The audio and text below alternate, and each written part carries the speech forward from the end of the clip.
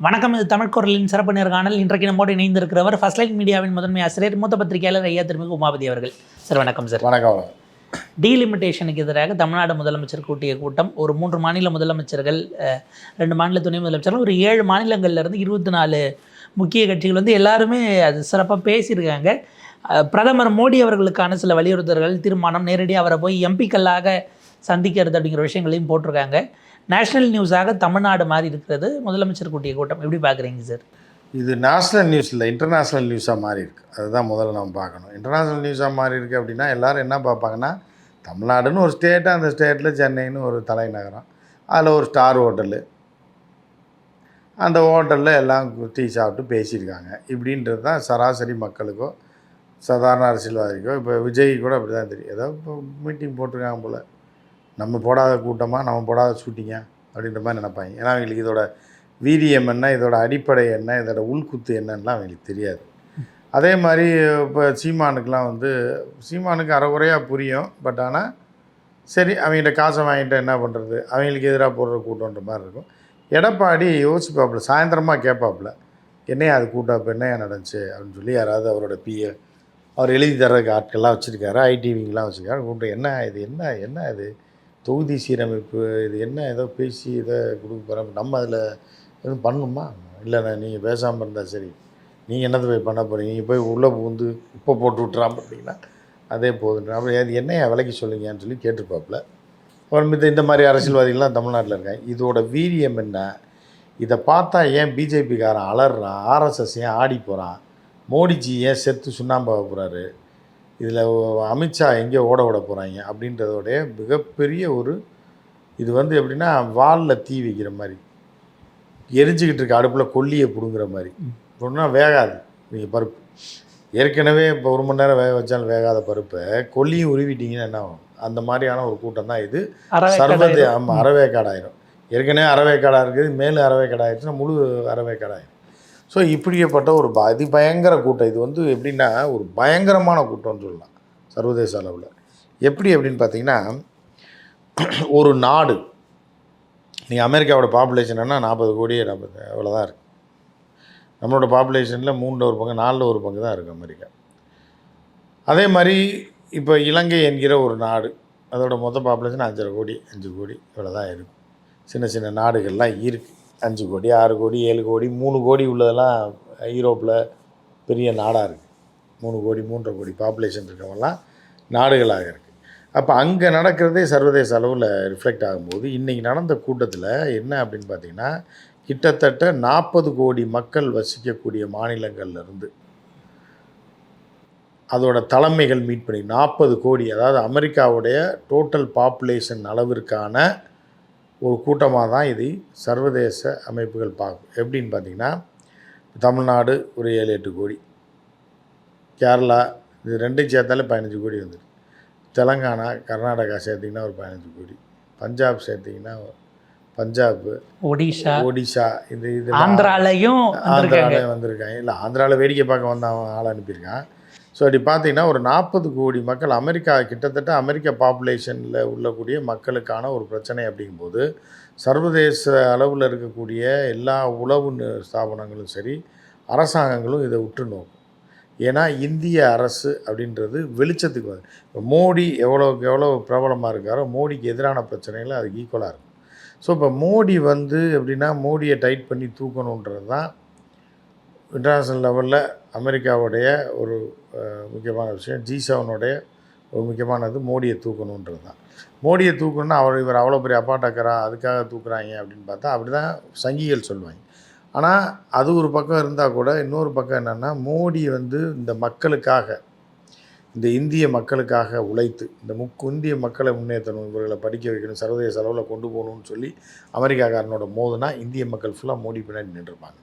இல்லை ரஷ்யாவை எதிர்த்தா இந்திய மக்கள் ஃபுல்லாக மோடி பின்னாடி நின்றுருப்பாங்க. இல்லை சைனாவை எதிர்த்தா இந்திய மக்கள் ஃபுல்லாக மோடி பின்னாடி நின்று, தலைவன் நமக்காக போராடின ஒரு தலைவனை எப்படா நீங்கள் கேட்க முடியும்? நீங்களாம் அந்நிய சக்திகள், நீங்கள் எப்படா வந்து எங்கள் நாட்டு பிரச்சனை, நாங்கள் அப்படி தான்டா இருப்போம், இந்த ஜியை நாங்கள் பாதுகாப்புண்டா, என்னுடைய பிஸ்னஸ் மேனை நீ என்னடா அழிக்கிறது, உலக பணக்காரன்னு வந்தால் நீ அழிச்சு விட்டுருவியான்னு சொல்லி எல்லாம் நிற்பாங்க.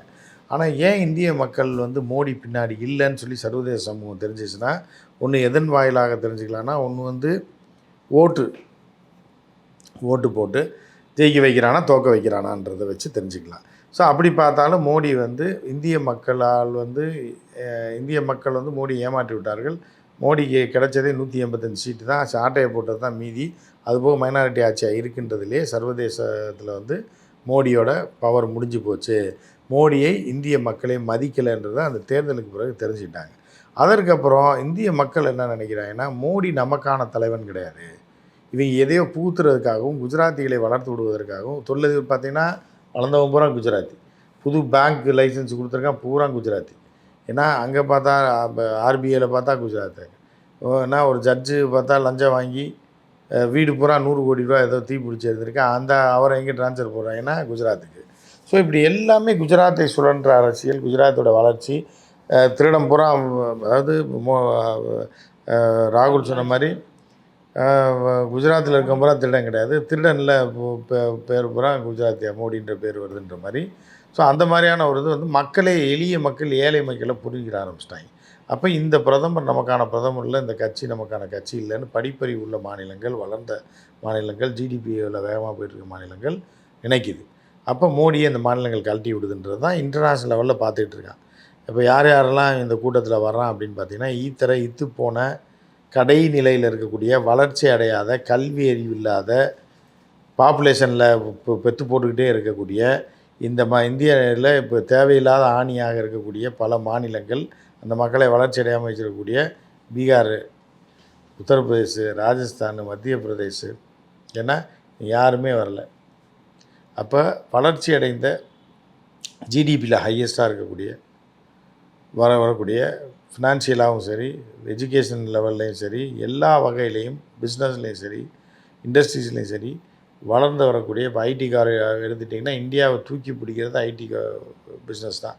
அதில் ஃபஸ்ட்டு இருக்கிறது சென்னை, பெங்களூர், இப்போ பெங்களூர் கூட போயிடுச்சு, பெங்களூரு, சென்னை, ஹைதராபாத், இந்த 3 தான் இந்தியாவே தூக்கி பிடிச்சிக்கிட்டு இருக்குது. டெட்ராய்டை வந்து இது பண்ணிகிட்டு இருக்குது. யூஎஸில் வந்து ஆதிக்கம் செலுத்தக்கூடியவங்க இந்த 3 மாநிலத்தில் பிறந்தவங்க தான். இன்றைக்கி வரைக்கும் வேறு மாநிலத்தை சேர்ந்த ஒருத்தரும் வரல.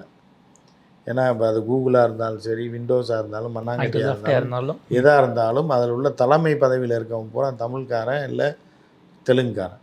இந்த 3 மாநிலத்தை சேர்ந்தவர்கள் ஒட்டு உறவு வைத்து கொண்டிருப்பவர்கள். இன்றைக்கி இந்த 3 மாநிலத்தினுடைய தலைவர்களும் கூடியிருக்காங்க. கர்நாடகா, தெலுங்கானா. ஏன்னா இவர்கள் தான் அமெரிக்காவை ஆட்சி செய்து கொண்டிருக்காங்க. இப்போ இது போன நீங்கள் வந்து பழைய முன்னாள் துணை ஜனாதிபதி யார், நம்ம இது கமலா ஹாரிஸ் எடுத்துக்கிட்டிங்கனாலும் அது இது போனதோ புத்து போனதோ அது தமிழ்நாட்டை பூர்வீகமாக கொண்டது. நீங்கள் வந்து கூகுள் சுந்தர் பிச்சை எடுத்துங்க, இப்படி யார் எடுத்தீங்கன்னா இந்த 3 மாநிலத்தை சேர்ந்தவங்க தான். சரியா? அது போக இன்னொரு விஷயம் என்னென்னா, இப்போ இருக்க ஜேடி வேன்ஸோட ஒய்ஃபு யார், அது ஒரு தென் மாநிலம், தெலுங்கு, சவுத் இந்தியா. ஆமாம், சவுத் இந்தியா, தெலுங்கை சேர்ந்த பெண். அப்போ இன்றைக்கி அமெரிக்காவை ஆட்சி செய்யக்கூடிய அதிகாரத்தில் இருக்கக்கூடிய ட்ரம்ப்புக்கு அடுத்த நிலை, 2ஆம் நிலையில் அமெரிக்காவில் இருக்கக்கூடிய ஒரு மனிதனுடைய மனைவி யார், தெலுங்கை சேர்ந்த பெண். இந்த இப்போ ஐடி கம்பெனிலாம் நடத்துகிறவன் யார், தமிழ்காரன், கன்னடத்துக்காரன், தெலுங்குக்காரன். இவன் ஆட்சி செய்வது யார், ஏற்கனவே துணை ஜனாதிபதி இருந்தது யார், தமிழ்நாட்டை சேர்ந்த ஒரு பூர்வீகமாக கொண்ட ஒரு லேடி. அவன் அப்படி தான் பார்ப்பான், அவன் பிராமின் நான் பிராமின்லாம் பார்க்க மாட்டான்.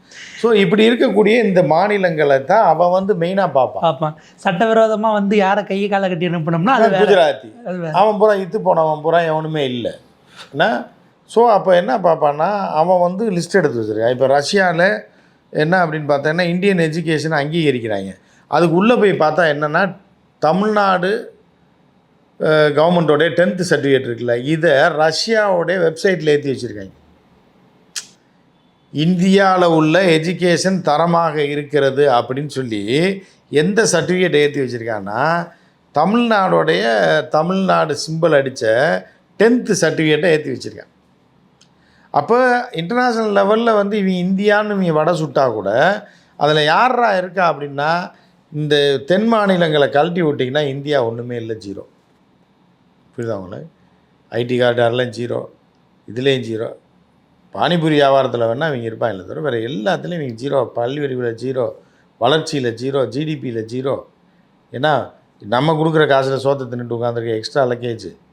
புரியுதா? இப்படிப்பட்டது தான் நான் சொல்கிறது டேட்டா பூர்வமாக.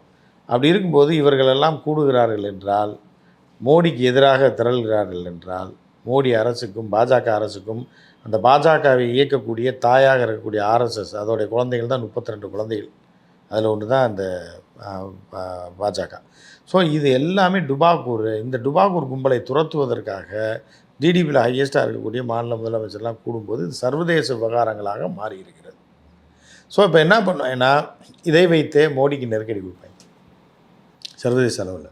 உன்னோட பவர் போயிடுச்சு, நீ வீக் ஆகிட்ட அப்படின்னு. இதற்கான ஒரு துவக்கத்தை தான் மு.க. ஸ்டாலின் செஞ்சுருக்காரு. இது வந்து அதிபயங்கரமான ஒரு செய்கை, புரியுதா? இதோட தெரிச்சு ஓடி போயிடுவாங்க. இதை இம்ப்ளிமெண்ட் பண்ணவே அவங்களால முடியாது. அப்படி பண்ணணும்னு நினச்சாங்க அப்படின்னா ஆர்எஸ்எஸ் அழிந்து விடும், பாஜக அழிந்து விடும், ஓட ஓட துரத்தப்படுவார்கள். இவர்கள் ஆட்டையை போடணும்னு மட்டும் இந்தியாவை நினச்சான்னா, இந்தியாவில் உள்ள அரசியல் ஆட்டையை போடணும்னு நினச்சான்னா, இந்தியாவில் எம்பிகளை ஆட்டையை போடணும்னு நினச்சான்னா ஓட ஓட துரத்தப்படுவார்கள்ன்றதுக்கு ஒரு துவக்கம் தான் இது. இப்போ இன்றைக்கு பல விஷயங்கள் பேசப்பட்டிருக்கு. நீங்கள் பாப்புலேஷன் கண்ட்ரோல்லேருந்து எல்லாத்தையும் பண்ணதுனால நாங்கள் இன்றைக்கி வளர்ந்துருக்கோம், எங்களுக்கு தண்டனை. நவீன் பட்நாயக் உடம்பு முடியலனாலும் ஆன்லைனில் அவர் பேசியிருக்காரு அப்படிங்கிற விஷயங்களை பார்க்க முடியுது.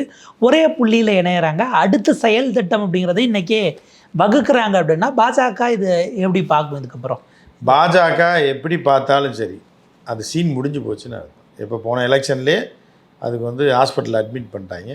இப்போ ட்ரீட்மெண்ட்டில் இருக்குது, கூடிய சீக்கிரம் போய் சேர்ந்துடும் அப்படின்றது தான். இதெல்லாம் தொட்டாங்க அப்படின்னா அவங்க வந்து சாக்கடித்து கறிக்கட்டையாக கருகிடுவாங்க, புரியுதா உங்களுக்கு? கம்பியில் பட்ட காக்கா மாதிரி. இப்போ கம்பியில் வரிசையாக நின்றுக்கிட்டு இருக்காங்க, சுவிட்சை ஆன் பண்ணி விட்டாங்கன்னு வைங்க, சீன் முடிஞ்சிடும். அப்படிப்பட்ட ஒரு நிலையில் தான் பாஜக இருக்குது. இதெல்லாம் இம்ப்ளிமெண்ட் பண்ண முடியாது. பண்ணாங்கன்னா மிக மோசமான விளைவுகளை சர்வதேச அளவில் அவர்கள் சந்திக்க வேண்டியிருக்கும். அப்படின்றது அவர்களுக்கும் ஒரு பாடம் தான். அது எவன் என்ன பண்ணிடுவான்னா, என்ன பண்ணுறான் பாருன்ற அந்த துவக்கம் தான் மு.க. ஸ்டாலின் கூட்டின இந்த கூட்டம். இத்தனை முதலமைச்சர்கள் அவரை மதித்து அவருடைய, ஏன்னா பூனைக்கு யார் மணி கட்டுறதுன்றது. ரெண்டாவது வந்து இதில் பார்த்தீங்க அப்படின்னா ரேவந்த் ரெட்டி வந்து இதை பண்ண முடியாது, சிவகுமார் இதை பண்ண முடியாது. ஏன்னா அவங்க தலைமை காங்கிரஸ் உத்தரவிடணும். இவர்கள் போய் கான்செப்டை கொடுத்தாலும் அவர்களால் செயல்படுத்த, ஏன்னா அவங்களுக்கு பீகார்லேயும் ராஜஸ்தான்லேயும் ஓட்டு வாங்கணும், காங்கிரஸ் வாங்கணும் அப்படின்ற மாதிரி அவர்கள் அதை கையில் எடுக்க முடியாது. அதே மாதிரி பார்த்தீங்க அப்படின்னா நீங்கள் பஞ்சாப் உடைய தலைவர் யார் அப்படின்னா கெஜ்ரிவால் தான். பேசிக்கலி கெஜ்ரிவால் போய் பண்ண முடியாது. கெஜ்ரிவால்கிட்ட கேட்டு தான் அவர்கள் தலைமையை முடிவெடுக்கணும். சிபிஎம்முக்கும் மத்திய மாநில செயற்குழு சில பேர் வரமாட்டாங்க. ஸோ அப்படி இருக்கக்கூடிய காலகட்டத்தில் மு.க. ஸ்டாலின் அவர்கள் எடுத்திருக்கக்கூடிய இந்த முடிவும் இந்த துணிச்சலான ஒரு நடவடிக்கையும் பாஜகவுக்கு முதல் சங்க ஊதி இருக்கிறாரு. சாவுமணி அடி பையனில் டொயின் அடித்து ஊதுவாய், அப்போ எவனா செத்துட்டான்னு அர்த்தம். அந்த சங்க ஊதி இருக்கிறாரு பாஜகவுக்கு. உங்கள் நேரத்துக்கும் கருத்துக்களுக்கு மிக்க நன்றி சார்.